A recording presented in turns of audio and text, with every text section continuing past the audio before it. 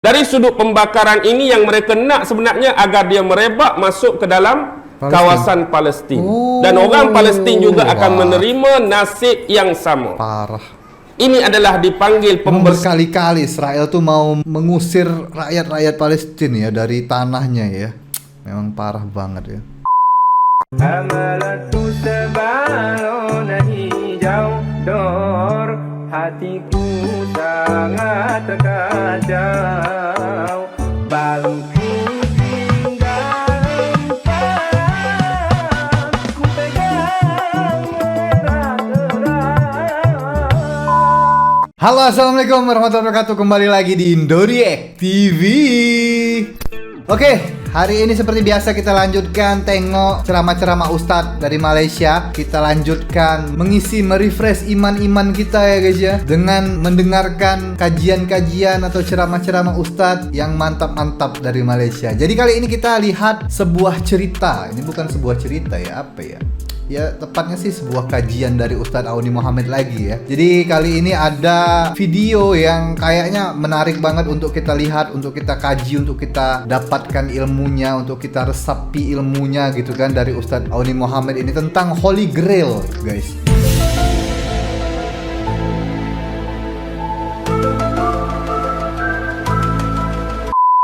Nah, mungkin sebagian dari kalian tuh sudah ada yang tahu apa itu Holy Grail atau cawan suci atau tempat minumnya Nabi Isa sewaktu di perjamuan terakhir kalau nggak salah. Ini di kepercayaan Kristen ya guys ya. Jadi sebelum dia diangkat ke langit itu dia makan-makan dulu. Beliau itu makan-makan dulu. Nabi Isa tuh makan-makan dulu di perjamuan terakhir. Nah, di sana sudah banyak pengikut-pengikutnya dan ada juga lukisan-lukisannya guys itu guys ya.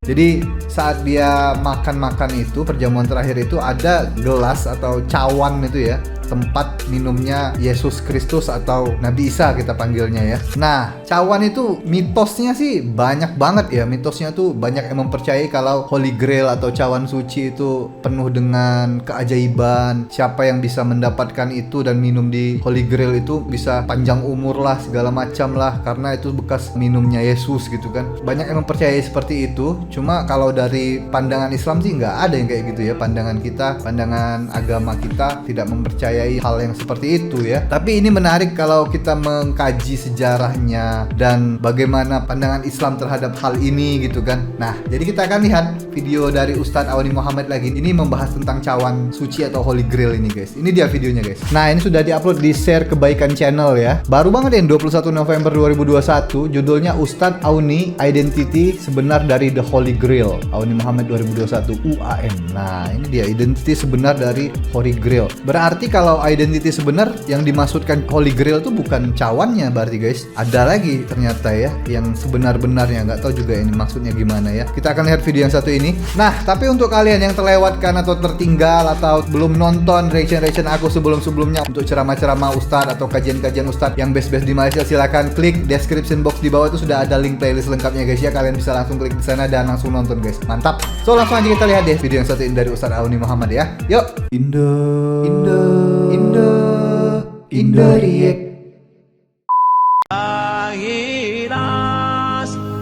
Share kebaikan. Oh, bagus lagunya. identiti sebenar The Holy Grail. Nah, ini dia identiti sebenar dari Apa dia Holy Grail? cawan suci. Holy itu apa? Suci. Grail tu? Tempat minum. Grail tu merujuk kepada bekas minum. Ya. Cawan lah kita Cawan. kata, yang diminum buat kali terakhir oleh Yesus ataupun Nabi Isa sebelum dia diangkat oleh Allah ke langit. Nah, itu dia. Kan gambar tu gambar tengah Last Supper, makan malam terakhir dengan pengikut dia. Dalam gambar tu dia duk pegang cawan.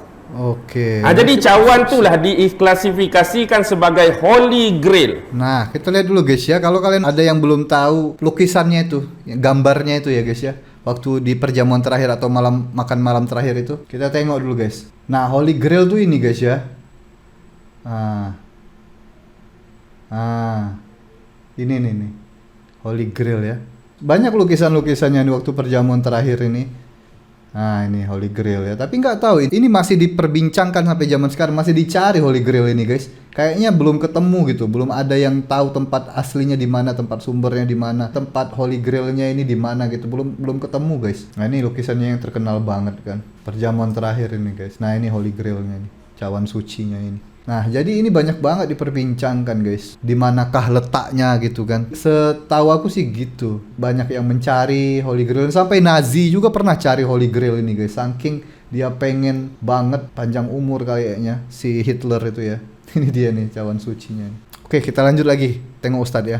Tapi umum mengetahui itulah maksud Holy Grail. Tapi Holy Grail sebenar dalam pemaknaan terma Da Vinci Code ialah perempuan hak duduk sebelah dia tu. Oh, jadi Holy Grail sebenar merujuk kepada Maria Magdalena. Maria Magdalena. Jadi di Da Vinci Code itu, film Da Vinci Code atau novel Da Vinci Code itu dia merujuk bukan pada Holy Grail cawannya itu, tetapi Maria Magdalena itu guys ya. Nanti kita lihat ya Maria Magdalena itu yang mana. Yang menjadi penampung darah suci mewakili keturunan nasab keturunan Yesus selepas dia diangkat Allah ke langit. Jadi yang jadi isu sebenar ialah ada sesetengah kumpulan yang dikenali sebagai Priory of Zion yang menjaga legasi bagi keturunan-keturunan Maria Magdalena ini. Bahkan dikatakan pada awal-awal makam dan kubur Maria pun disembunyikan daripada pengetahuan orang ramai. Dan segala keturunan dia, cucu dia ini direkodkan salah silahnya, dicatat segala keturunan dia, dan kemudian dijaga dan dikawal keturunan-keturunan ini sampai ke hari ini.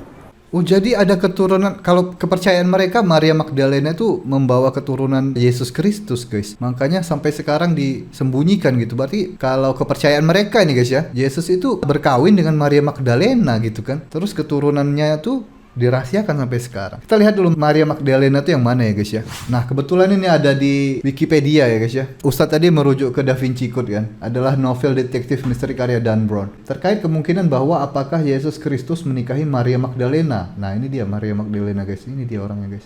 Kita lihat dulu. Nah bahasa Ibraninya Miriam HaMagdalit.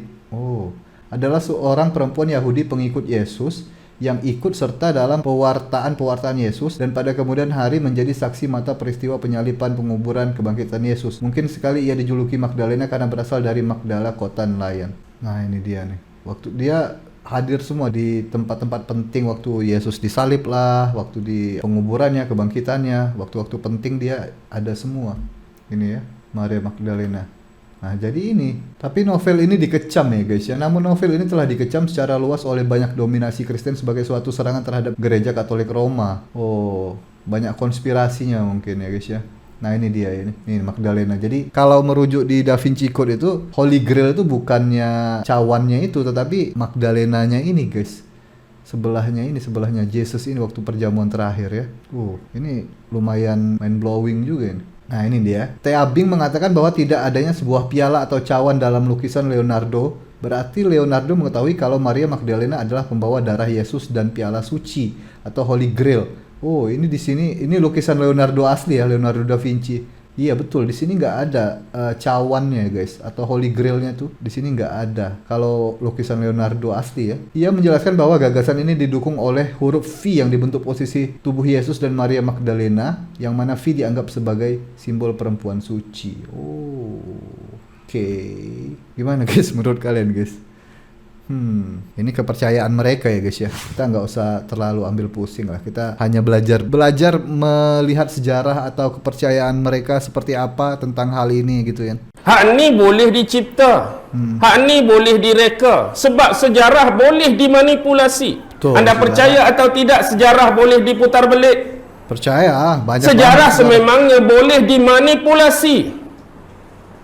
Hari ini kita lihat sebagai contoh benda antara yang paling besar dalam dunia, sejarah perang. Ya, perang. Perang dunia pertama, perang dunia kedua, perang dunia ketiga belum lagi. Perang dunia pertama dan perang dunia yang kedua, kalau kita lihat antara yang kita baca dalam buku-buku sejarah tingkatan 4, buku sejarah tingkatan 5, pasti adanya bukti-bukti, hujah-hujah, dalil-dalil, alasan-alasan yang menyebabkan perang dunia ini terjadi konon-kononnya. Benar? Betul. Pasti ada alasan-alasannya di balik semua perang itu. Banyak lah ya alasan-alasan itu. Biasanya perang-perang kayak itu memang dicipta, guys. Bukan semata-mata langsung perang gitu. Tapi ya memang benar-benar dicipta untuk kepentingan suatu golongan lah ya, kepentingan elit global lah. Ya ada juga yang percaya kalau memang diciptakan oleh siapa pendiri-pendiri bank World Bank itu kan ya. Banyak lah itunya alasan-alasan di balik perang dunia ke-1, 2 itu, guys. Menurut kalian gimana, guys? Komentar dong, guys, di bawah, guys. Adakah Anda anggap segala peristiwa yang menyebabkan berlaku perang ini terjadi secara semula jadi ataupun sememangnya perang ini dirancang? Nah, dirancang lah pasti. Perang ini sememangnya dirancang atau tidak? Dirancang pasti kan. Dan Anda anggap perang dunia ketiga yang bakal berlaku di akhir zaman pada bila-bila masa itu juga akan terjadi secara semula jadi? Atau sememangnya sudah ada tangan-tangan yang merancang akan berlakunya perang tersebut? Oh, sudah ada dari sekarang, tangan-tangannya sudah ada. Kalau kita menyebut perang akan berlaku, sedangkan ilmu kita di luar daripada jangkaan perang itu lebih awal akan berlaku, maksudnya ada perancangan atau tidak? Pasti. Dengan bahasa yang mudah, kalau kita hari ini berani sebut selepas perang dunia ketiga akan ada perang dunia keempat tanpa kita ketahui pun asal usul, agak-agak dia semula jadi atau rancangan? Rancangan semua itu. Boleh nampak tak ni? Lepas keempat ada kelima. Benda tak tahu ke mana lagi, tapi sudah macam ada detect dan sudah dirancang, maksudnya ada perancang. Dan kita pun faham, beriman dan berkeyakinan kalau kita sebagai perancang yang hebat, tapi kita beriman Allah lah sebaik-baik perancang. Betul. Kembali kepada Holy Grail. Yang ini yang jadi permasalahan sekarang. Bila sebut tentang Jesus, dia hanya melibatkan 3 agama samawi besar. Betul. Dalam konteks Hindu mereka tak bincang pun pasal Jesus. Betul. Dalam konteks Buddha mereka tak bincang pun pasal Jesus. Dalam konteks agama lain mereka tak bincang pun pasal Jesus. Betul. Ini secara khusus. Tapi kalau secara umum, ramai di antara kalangan penganut-penganut agama, bahkan yang lebih tinggi otoriti dan integriti dari sudut ulama-ulama dan cendekiawan besar dalam pelbagai agama, menantikan the truly Messiah di akhir zaman. The truly Messiah maksudnya akan datang, akan lahir seorang juru selamat yang sebenar di akhir zaman. Ini secara umum boleh diakui. Maksudnya orang Hindu pun menunggu kedatangan juru selamat di akhir zaman. Buddha pun menunggu, agama tu pun tunggu, agama ni pun tunggu. Tapi bila membicarakan dalam ruang skop Jesus alias Nabi Isa alaihi salam, dia hanya melibatkan 3 agama samawi ataupun diklasifikasikan sebagai 3 agama Abrahamite. Ya, agama Ibrahim. Tahu tak Abrahamite itu apa? Tahu. Agama-agama yang diwarisi dari Nabi Ibrahim kayak Kristen, terus Islam sama Yahudi. 3 agama samawi lah itu. Agama-agama keturunan Nabi Ibrahim lah. Agama Yahudi, agama apa lagi? Islam, agama Kristen, agama Islam. Baik. Bila kita masuk dalam konteks Jesus, apa pandangan Yahudi tentang Jesus? Sudah. Dan ni kalau tanya ya. orang Yahudi, akidah dan keyakinan dia tentang Jesus apa dia? Sudah tidak ada lagi, sudah tamat. Bagi akidah orang-orang Yahudi, riwayat Jesus telah lama tamat. Iya, betul. Jesus bagi mereka dah tak ada. Jesus bagi mereka dah lama wafat. Jesus bagi mereka dah lama mati. Sebab dahulu pembesar-pembesar Yahudi lah yang bersekongkol dengan Maharaja Rom untuk memfitnah siapa? Yesus. Memfitnah Nabi Isa. Memfitnah Jesus, Yahudi sendiri. Betul. Dan menyebabkan berlakunya peristiwa penyaliban Jesus walaupun itu hakikat, bukan Nabi Isa yang sebenar. Nah, ini juga kita. Dan orang Yahudi beranggapan Jesus dah tamat riwayat, Jesus dah wafat, Jesus dah mati di tiang salib. Nah, ini juga kita nanti lihat videonya guys. Aku sudah dapat video tentang Judas Iskariot ya guys ya. Jadi nanti kita lihat siapakah yang sebenar-benarnya yang disalib dalam penyalipan Yesus itu guys. Apakah Judas ataukah orang sahabat Nabi Isa yang wajahnya seakan-akan dibuat oleh Allah Subhanahu wa taala sebagai Nabi Isa, ataukah itu siapa gitu kan. Aku sudah dapat videonya, insya Allah kita nanti lihat bersama-sama, ada 2 part, lumayan panjang videonya. Ya, kita akan lihat nanti guys ya. Itu mantap juga tuh. Mereka tak perlu membincangkan hal Yesus lagi dari sudut pandang sisi agama mereka. Oke. Tetapi mereka juga hakikatnya menunggu seorang juru selamat di akhir zaman. Tapi yang mereka tunggu bukan the truly Messiah, Dajjal. but is a false Messiah. Bila sebut false Messiah, siapa? Dajjal lah. Dajjal. Bila sebut tentang Dajjal, suka saya nak sebut beberapa perkara. Ini dalam bentuk teka-teki dan pertanyaan, saya tak akan bagi jawapan. Oke. Kalau anda melihat apa yang berlaku di Israel sekarang, apa anggapan anda bila lihat perkara ini? Apa yang berlaku? Adakah dia satu musibah? Adakah dia satu hukuman daripada Tuhan? Atau sememangnya ini dirancang? Apa yang berlaku guys? Agak-agak yang benar. Apa yang berlaku Musibah di Israel? kah? Musibah ustaz, bola api dari langit turun, terbakar habis semua ni. Meletup reaktor tu, meletup bangunan ni, meletup reaksi tu, meletup pasaraya ni. Tapi ingat satu benda.